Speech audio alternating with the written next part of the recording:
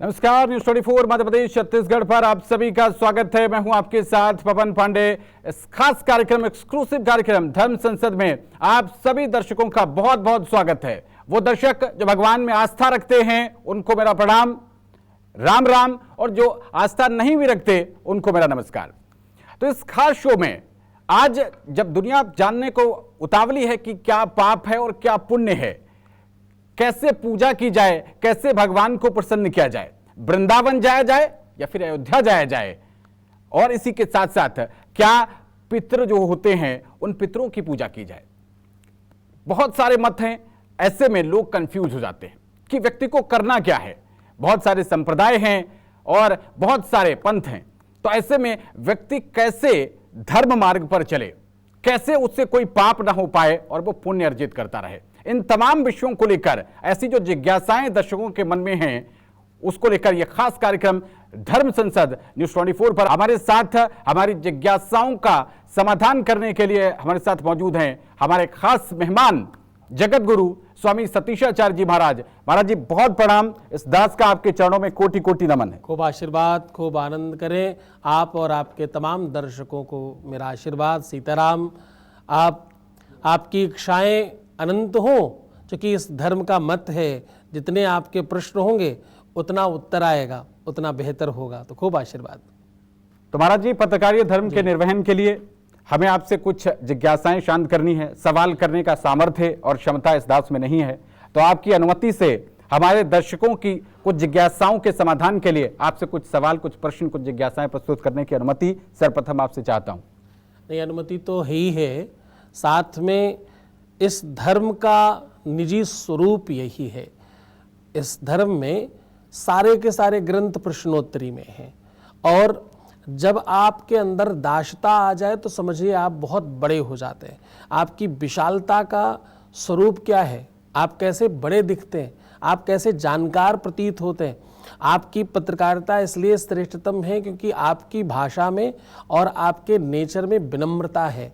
विद्या ददाति विनयम, विद्या पहले क्या देती है? विनम्रता देती है। तो आपकी विनम्रता से, आपके सहजता से, आपके वास्तविक तरीके से और निजी धर्म का पालन करना, यानी आपका जो पत्रकारिक धर्म है उसका स्वधर्म का पालन करना, आप सदैव सानंद करें। आज ही नहीं, मैं तो आपको सारे जीवन का आशीर्वाद देता हूँ, खूब आनंद से करें। बहुत बहुत आभार महाराज जी। तो इस कार्यक्रम में महाराज जी हम दो तरीके के प्रश्न रखेंगे। एक जो सामान्य दर्शक है जिसका धर्म से बहुत ज्यादा जुड़ाव नहीं है, जो जानना चाहता है कि ईश्वर है भी अथवा नहीं, और उस दर्शक वर्ग को भी हम टारगेट करेंगे, उनके सवालों का भी हम इसमें मिश्रण जोड़ेंगे जो धर्म को अभी थोड़ा थोड़ा जान रहे हैं। तो सबसे पहले तो यहीं से शुरुआत कर लेते हैं महाराज जी कि धर्म है क्या। आपका प्रश्न भी अच्छा है और आपका मानस भी अच्छा है। धर्म को जानना तो बहुत आवश्यक है। आज देश की जो दुर्दशा है अथवा जिस स्थिति में हम लोग खड़े हैं उसके पीछे का सबसे बड़ा कारण है कि वो जो अज्ञानता है, किसी भी विषय को सही से नहीं जानना, उससे परिचित नहीं होना जी। जो कुछ नहीं करना जानता उसे सिखाना, बताना, पढ़ाना पड़ेगा, अन्यथा वो खराब हो जाएगा, वो काम बिगड़ जाएगा। कैमरामैन को कैमरा अगर नहीं आता है, एंकरिंग वाले को एंकरिंग अगर नहीं आती, एडिटर को अगर एडिटिंग नहीं आती, जीवन में जिस भी पथ पर आप हैं वहां आपको जो कुछ नहीं आता वो सारी की सारी व्यवस्थाओं में आपको सीखना पड़ेगा। धर्म क्या है? धर्म को अभी मैंने बहुत सारे अपने शिष्यों से पूछना शुरू कर दिया है इस बात पर कि what is the meaning of धर्म, तुम क्या समझते हो? क्योंकि जो जेनजी है, जो इस देश का अथवा इस विश्व का भविष्य है, आज आप देख रहे हैं नेपाल की जो दुर्दशा आपने देखी, उसके पीछे कौन है? जेनजी को हमने अपने देश में कुंभ में जन सैलाब बढ़ाते देखा। हमने अपने देश में उसी समुदाय को, उसी जेनजी को धर्म पर रील बनाकर धर्म से लोगों को प्रेरित करते हुए देखा। उसी जेनजी को पड़ोस में हमने समूल विनाश करते देखा। निंदनीय है, दुर्भाग्यपूर्ण है, लेकिन उसके पीछे कौन है? अशिक्षा, अज्ञान। या तो जानकारी तुमने सही से नहीं दी और या उन्हें जो जानकारी है वो गलत पहुंच गई। जी। राष्ट्र का दोहन हो रहा तो गलत है। अब सबसे पहले आपको मैं बता रहा हूं धर्म है क्या, what is the meaning of धर्म। धर्म को क्या कैसे कहते हैं? धर्म कहते हैं आपके स्वधर्म को। धर्म केवल मंदिर जाना धर्म नहीं है, धर्म केवल पूजा पाठ करना धर्म नहीं है, केवल टीका लगाना, चंदन लगाना, मंदिर जाना, सत्कर्म करना, स्वाभाविक पाठ पूजा करना, यही केवल धर्म नहीं है, ये भी धर्म है, ये ही धर्म नहीं है जी। तो ये ही में आपका अपना निजी धर्म है, पत्नी धर्म, पति धर्म, राजधर्म, स्वधर्म, आपका नौकरी का धर्म, व्यापारी का व्यापारी का धर्म, शिक्षार्थी का शिक्षार्थी का धर्म, विद्यार्थी का विद्यार्थी का धर्म। तो निजी धर्मों का सही पालन करना धर्म है। यहीं पर महाराज जी, क्योंकि न्यूज 24 मध्य प्रदेश छत्तीसगढ़ लगातार जन सरोकारों की पत्रकारिता कर रहा है। जन सरोकार में हमारे इन दो राज्यों में खासतौर पर धर्मांतरण के बहुत सारे मामले सामने आते हैं महाराज जी, जहां पर जैसे आपने कहा कि धर्म सिर्फ मंदिर जाना नहीं है, वहां पर अन्य अन्य मतों, अन्य अन्य धर्मों के लोग पहुंचते हैं। वो कहते हैं कि तुम्हारे पास तो बहुत गरीबी है। अब एक व्यक्ति है, उसके घर में 4 बच्चे हैं और वो भूखों मर रहे हैं। उसी व्यक्ति एक व्यक्ति पहुंचता है, कहता है ये 10 लाख रुपए लो, कन्वर्ट हो जाओ और अपना ये धर्म, ये दायित्व कि अपने परिवार को, अपने परिवार के सदस्यों को आपको सुखी रखना है, रोटी कपड़ा मकान की व्यवस्था करनी है, ये पैसे लीजिए, कन्वर्ट हो जाइए। क्या ये भी धर्म होगा फिर उसके लिए कि वो पैसे ले ले और अपने जो आश्रित हैं उनकी रोटी कपड़ा मकान की व्यवस्था कर दे? नहीं, स्वधर्म का वो पालन नहीं कर रहा है, इसलिए उसका धर्मांतरण हो रहा है। धर्मांतरण के पीछे सबसे बड़ा अगर किसी का दोष है तो वो धर्माचार्यों को है। जितने भी धर्माचार्य हैं इनका बड़ा दोष है धर्मांतरण में। कोई भी धर्माचार्य धर्म को सिखाने के बजाय धर्म को दोष देना प्रारंभ कर देता है। ये तुम्हारी गलती, ये तुम्हारी गलती, वो तुमने ऐसा नहीं किया, तुमने वैसा नहीं किया। जबकि शिक्षा का स्वाभाविक धर्म ये है, कुछ पढ़ाने का तरीका ये कहता है कि जो अच्छा करता है आप उसे प्रोत्साहित करते हैं, जो अच्छा नहीं कर पाता उसे आप अवसर देते हैं दोबारा पुनः के लिए, और आप भी उसके साथ परिश्रम करते हैं। आज जो धर्मांतरण के लिए धन दे रहे हैं अथवा ले रहे हैं, दोनों ही अकर्मण्य लोग हैं। अकर्मण्यता उनको उस धर्म के तरफ आकर्षित कर रही है। कितने दिन तक वो धन चलेगा? कुछ समय के बाद वो भी समाप्त हो जाएगा। अकर्मण्य जो है वो अपने निजी धर्म का पालन नहीं कर रहा है। थोड़ा दो मिनट में समझिएगा, क्योंकि ये बहुत गहरी मंशा है और ये बहुत व्यापक तौर पर पूरे देश में चल रहा है और ये इसको रोकना चाहिए जी।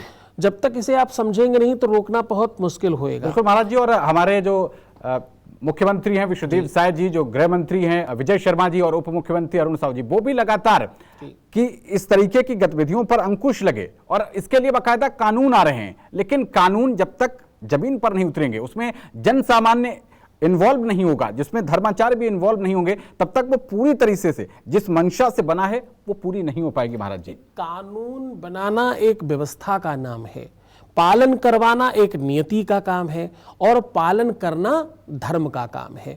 जब तक आप उस बात को समझेंगे नहीं तब तक ये हो पाना नेक्स्ट टू इम्पॉसिबल होएगा।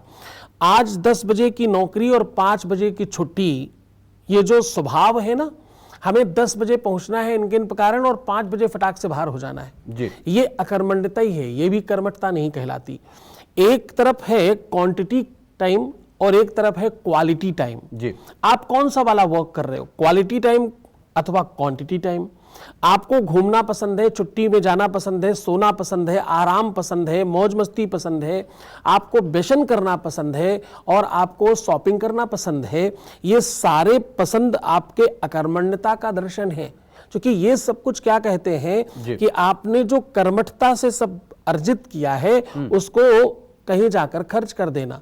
क्योंकि 365 दिनों में जितने दिन आप छुट्टी रहते हैं, जितने दिन आप घूमने जाते हैं, जितने समय आप काम नहीं करते हैं, तो आप स्वयं का डेंट कर रहे हैं। जब तक आप स्वधर्म को नहीं समझेंगे और स्वधर्म का प्रचार सही से नहीं होएगा तब तक धर्मांतरण रोक पाना मुश्किल है। अगर मैं कर्मठ हूं, अगर मैं कर्मशील हूं और मैं खूब अच्छा कमा खा रहा हूं, मुझे कौन परिवर्तित कर सकता है? और हाउ टू डू, ये होगा कैसे, ये कौन कर पाएगा? कर तब पाएगा जब मैं अकर्मण्य हूं, कर तब पाएगा जब कहीं किसी बात का अभाव है। बिल्कुल महाराज जी। और धर्म के ऊपर संकट सिर्फ धर्मांतरण नहीं है, इसके ऊपर कहा जाता है कि एक संस्था है जिसका नाम है इस्कॉन।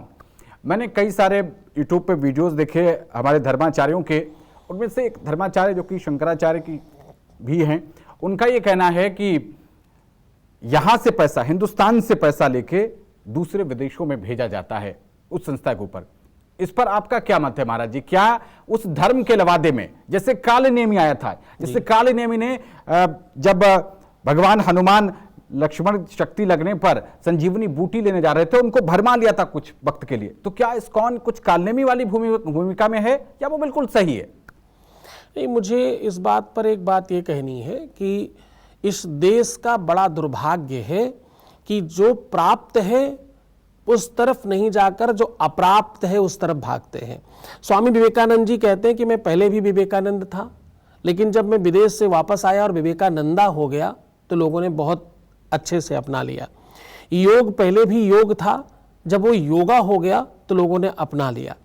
जो भी चीज यहां से होकर के बाहर होते हुए वापस आती है, जिस तरफ अंग्रेज आकर्षित होते हैं, हमारा आकर्षण उस तरफ बढ़ जाता है। ये हमारा प्रबल दुर्भाग्य है। पहला दुर्भाग्य ये है कि जिनकी दशा हमें पता है कि दुर्दशा हो चुकी है, जिनके यहाँ का नियम, जिनके यहाँ का दर्शन, जिनके यहाँ की पद्धतियाँ बहुत बुरी हैं, उनके यहाँ 18 साल का बच्चा घर से निकाल दिया जाता अथवा निकल जाता है जी। 18 साल के बाद वो अपने माँ बाप को ना कुछ देता है ना कुछ लेता है, अपने आप सारी व्यवस्थाएं करता है। वहाँ रिश्तों की मर्यादा किसी भी रूप में नहीं है। वहां कोई भी व्यक्ति किसी को कुछ नहीं समझता।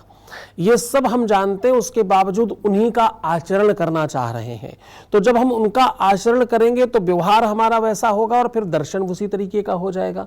तो मुझे लगता है कि इस्कॉन जितना जिम्मेदार है यहाँ का पैसा बाहर ले जाने के लिए अथवा जिन भी चीजों के लिए, हमारा आकर्षण और ज्यादा जिम्मेदार है। हमको धर्म में भी क्या चाहिए? हमको धर्म में भी मजे चाहिए, एंजॉयमेंट चाहिए। हमें वहां भी गोरे और सुंदर लोग नाचते कूदते हुए चाहिए। धर्म बहुत बहुत नितांत पर्सनल व्यवस्था है। गोस्वामी तुलसीदास जी लिखते हैं कि योग जुगत जप मंत्र प्रभावु, फलहि तबहि जब करो दुरावु। आपने देखा होगा कि माला करते समय भी छुपा के ऐसे करते हैं जी।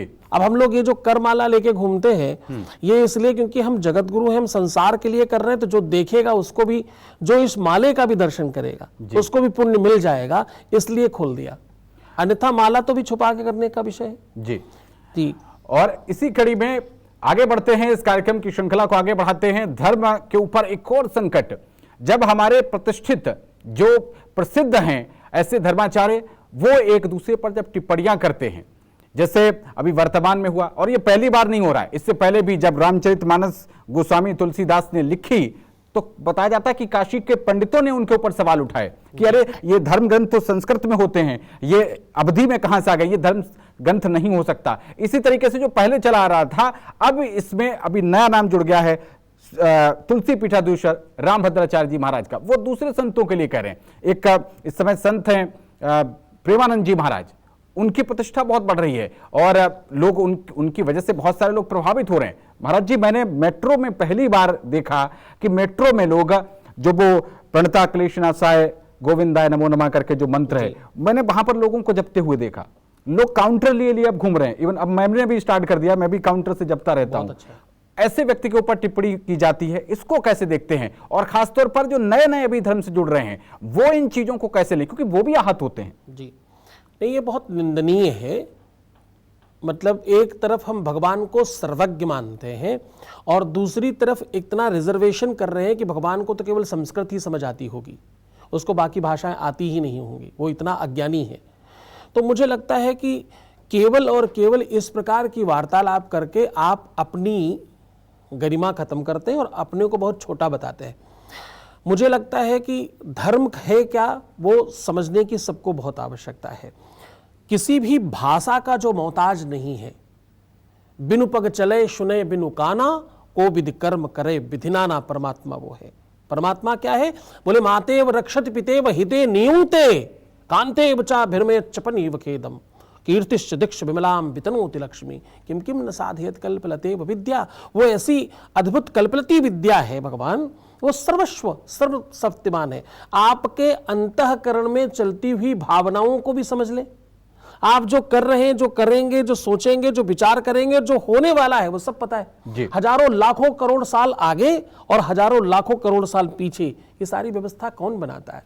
वही परमात्मा, चर अचर जगत का मालिक जो है। उसे हम एक भाषा में बांध रहे हैं कि उसे केवल संस्कृति आती होगी। इसका मतलब बाकी जितने देश अलग अलग भाषाएं में जो बात करते हैं उनके लिए तो परमात्मा होगा ही नहीं फिर। और भाषा, अगर कोई व्यक्ति गूंगा है, जो बोल ही नहीं सकता, जो बोल नहीं सकता, उसको क्या करें? तो ये बहुत संकीर्णता है, वो बहुत निंदनीय है। और एक बात मैं आपको इसमें बड़ी स्पष्ट कर दूं, लोगों को आदत हो गई है फेमस होने की, और फेमस होने का एक ही बढ़िया सूत्र है, शॉर्टकट तरीका क्या है फेमस होने का? जी, फिर शॉर्टकट तरीका है कि आप कंस्ट्रक्शन छोड़ के गिराने में लग जाइए, डिस्ट्रक्शन में लग जाइए। जैसे आप डिस्ट्रक्शन में लगेंगे, आप पर कैमरे घूम जाएंगे। कहा भी जाता है कि नकारात्मकता आपने उत्तर प्रदेश की एक पार्टी को देखा होगा जी। उन्होंने सबसे पहले वो तिलक तराजू और तलवार इनके जूते मारो चार यहां से प्रारंभ किया और बहुत प्रसिद्ध हो गई। फिर आगे उन्होंने जब प्रसिद्ध हो गए तो उन्होंने अपनी भाषा चेंज भी करी और फिर लोगों ने स्वीकार कर लिया। लोग स्वीकार करते हैं, दोबारा फिर उन्होंने कहा कि हाथी नहीं गणेश है, ब्रह्मा विष्णु महेश है। तो यहाँ आदत हो गई है लोगों को, ये एक परंपरा चल पड़ी कि जो थोड़ा फेमस हो गया हो उसके विषय में कुछ गलत कहो, क्योंकि अच्छा कहोगे उस अच्छा कहने वाले तो तमाम लोग हैं। तो जो भगवत प्राप्ति करना चाहता है वो सिर्फ भगवान से संबंध रखे, धर्म और अच्छा काम कर रहे हैं, वो ध्यान ना रखे। प्रेमानंद जी अच्छे संत हैं, सरल भाषा में वार्तालाप करते हैं, उस भाषा में बात करते हैं जिसमें जनजी को समझ में आता है जी। इस देश के भविष्य को जो बात समझ में आती है उस भाषा में बात करते हैं। वो समय अब चला गया, संस्कृत के गूढ़ रहस्यों को पढ़िए जी, पर बोलिए वो जो लोगों को समझ में आए। आप वो बोल रहे हैं जो किसी को पता ही नहीं है। अब मैंने आपको अगड़म बगड़म कुछ भी कहा जी, इगलाम थे तो चलो मैं खास कर तापा जगह के तब इसको मिला चीज तो व्यापार इंतकाम भाषा हम भी, ये क्या है? क्या समझेंगे आप? आपको क्या समझ आया? इस बात को कहकर मैं विद्वान कैसे हो गया? विद्वता इससे कैसे पता लगती?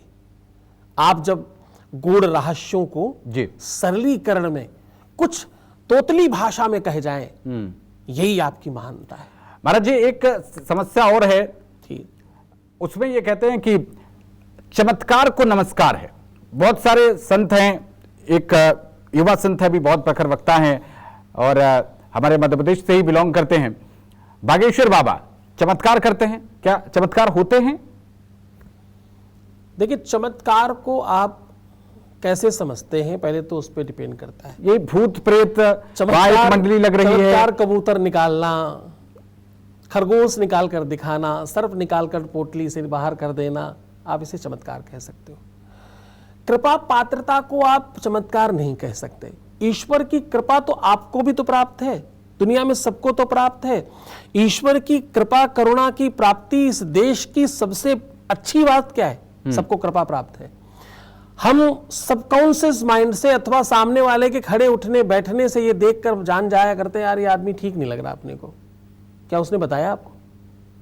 शायद इसके मन में यही ही चल रहा होगा। क्या उसने बताया आपको? अब ये वाला भाव किसी का बड़ा हो गया, ये चमत्कार नहीं, ईश्वर की कृपा है जी। वो भगवत कृपा है। परमात्मा की कृपा और करुणा किस रूप में किस में होगी किसी को पता नहीं, मालूम नहीं। आज एक ही बात मालूम है मुझे कि लाखों लाख लोग परिवर्तित हो रहे हैं, लाखों लाख लोग धर्म की तरफ आकर्षित हो रहे हैं। जिनको धर्म का पता नहीं था वो भी किसी न किसी रूप में लालाजी अथवा बालाजी से जुड़ रहे हैं। मुझे लगता है कि बस ये दर्शन बहुत बड़ा है। औषधि शहद में दी गई, औषधि पानी के साथ दी गई, वो गर्म पानी से दी गई, दूध से दी गई, फर्क नहीं पड़ता। औषधि मिली और आप स्वस्थ हो गए, बस इसी में आनंद है।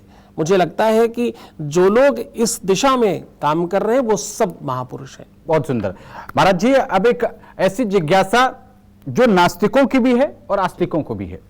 नास्तिक मानते ही नहीं है कि भगवान है भी, तो वो मूर्ति की कल्पना ही नहीं कर पाते। कुछ आस्तिक हैं तो वो फिर आ जाते हैं कि मूर्ति पूजा करनी चाहिए या नहीं करनी चाहिए, साकार ब्रह्म या निराकार ब्रह्म। जी,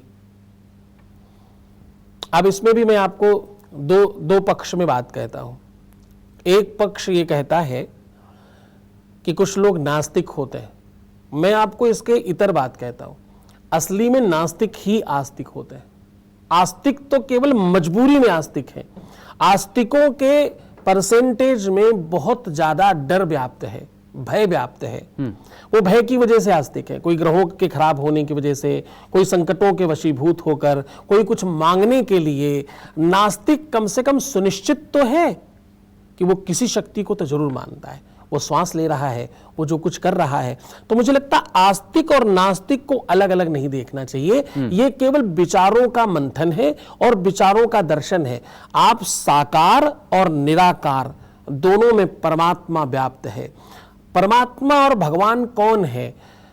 जब छोटे बच्चे को पढ़ाया जाता है, शुरुआत में हाथी, घोड़ा, गधा, बैल, तमाम तरीके की चीजें आप रखते हो सामने जी, उसे पढ़ाते हो, बेटा देखो 2 हाथी, देखो 4 गधे, 5 बैल, 10 बकरियां, ऐसे पढ़ाते हो जी। तो वो थोड़े दिन बाद वो हाथी, घोड़े, गधे, बैल, बकरी सब समाप्त हो जाता है। बच्चा संख्या सीख लेता है।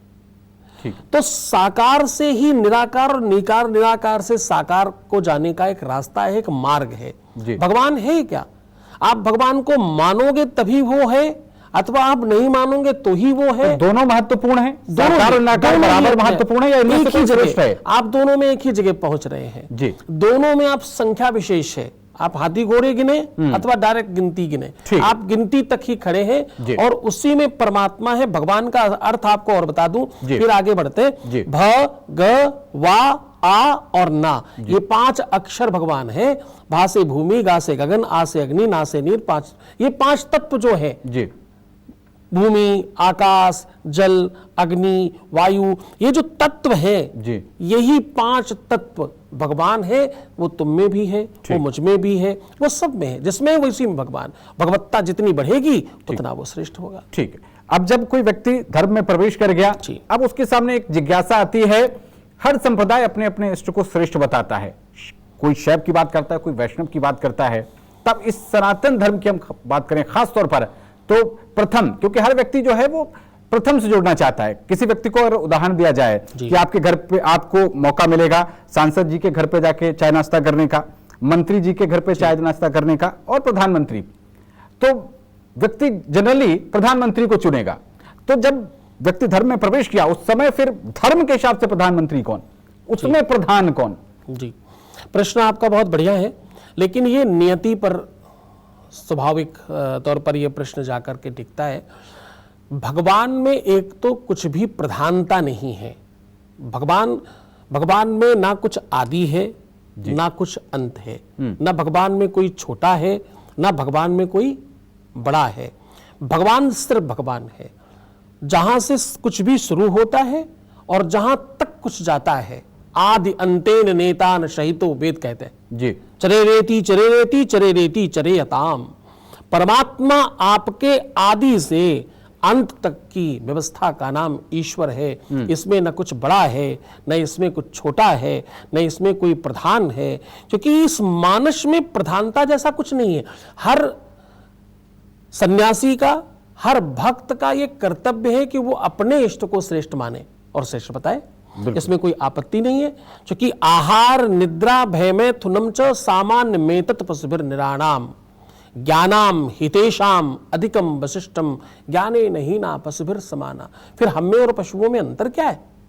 वो भी खाना खाते, वो भी डरते, वो भी भयभीत होते, वो भी बच्चे पैदा करते, वो भी वो सब कुछ करते जो हम कर रहे हैं। हमारी प्रवृत्ति एक ही चीज में खास है कि हम परमात्मा को समझते हैं, परमात्मा को जानते हैं, और हम अपने विवेक से अपने इष्ट का चुनाव करके उसका भजन पूजन कर सकते हैं और अपने जीवन को श्रेष्ठ बना सकते हैं। तो महाराज जी, अब हम इस कार्यक्रम में अंत की तरफ बढ़ रहे हैं और जल्दी जल्दी रैपिड फायर राउंड में हम लोग शुरू करेंगे इसको। इसमें हम अपने एक वाक्य में, 2 वाक्य में या एक शब्द में भी उत्तर दे सकते हैं। नाम जप और मंत्र जप, इसको लेकर लोगों के बीच बहुत सारी कंफ्यूजन है, क्या बेहतर है? दोनों ही एक जैसा है। एक प्रेम है और एक भक्ति है। प्रेम क्या है और भक्ति क्या है? नाम जप, मंत्र जप? नाम जप आप जब कर रहे हो तो ये आपका प्रेम है, मंत्र जप करते हो तो ये भक्ति है। ठीक है, हम जैसे जो बिजी शेड्यूल वाले लोग हैं, सुबह उठते हैं, भागम भाग होती है, अरे ऑफिस के लिए तैयार होना है, ऑफिस आ गए, फिर यहाँ का काम, उसके बाद फिर घर जाकर और फिर अपने सांसारिक काम में लग जाना। जिनके पास बिल्कुल बंधे हुए घंटे हैं, वो भगवान की आराधना कैसे करें, उनकी कृपा उनको कैसे मिले, उन्हें क्या विधि अपनानी चाहिए? असली में भगवान की आराधना आप नहीं, आपका मन करता है। आप तो सिर्फ माध्यम है। एक बार मन ने पकड़ लिया, मनसो और महीप नहीं और दृगसो नहीं दीवान, दृग दीवान जहां उबरे मनता ही हाथ बिकान। वेद भी कहता है मनसा चंद्रमा मनसो जातश्च सूर्यो वजायत सूत्राद्वाई, शरीर अलग ग्रह नक्षत्रों को मन से बांधा गया है। आप जब धीरे धीरे सने सने 2 4 5 मिनट से कह करके फिर घंटों तक जाते हैं, तो धीरे धीरे फिर आपका मन जप करने लगता है। पहला जप है कर जप, फिर दूसरा जप है आप जब मुख से बोलते हैं मुख जप, और अंत का जो भाव है वो है अजपा जप। यानी 24/7 आप जब कर रहे होते हैं, आप काम कुछ भी कर रहे हो, आपका मन जरूरी नहीं है कि मूर्ति के आगे दीपक जलाकर आधा घंटा बैठ के हमको 10 मालाएं जपनी है। हम सूक्ष्म रूप में भी, असली मूर्ति इधर है और यही मंदिर है, और इसके आप ही पुजारी और आप ही भक्त हैं। ठीक है, थोड़ा सामाजिक प्रश्नों की तरफ बढ़ते हैं महाराज जी। पति पत्नी आजकल आ रहा है कि काट के ड्रम में भर दिया, किसी ने ऐसे बेमेल रिश्ते हो रहे हैं, पता चाची ने भतीजे से शादी कर ली, ये सब चीजें हो रही हैं समाज में। क्या धर्म का विघटन हो रहा है? धार्मिक कोई कारण है? भगवान से लोग विमुख हो रहे हैं, इस वजह से ऐसा हो रहा है? इसके पीछे और कुछ है? इसमें धार्मिक कारण एक ही तरीके से कि लोग अपना निजी धर्म का पालन नहीं कर रहे हैं। लोगों को धर्म पता नहीं है और पाश्चात्य सभ्यता को अपने ऊपर ओढ़ रहे हैं।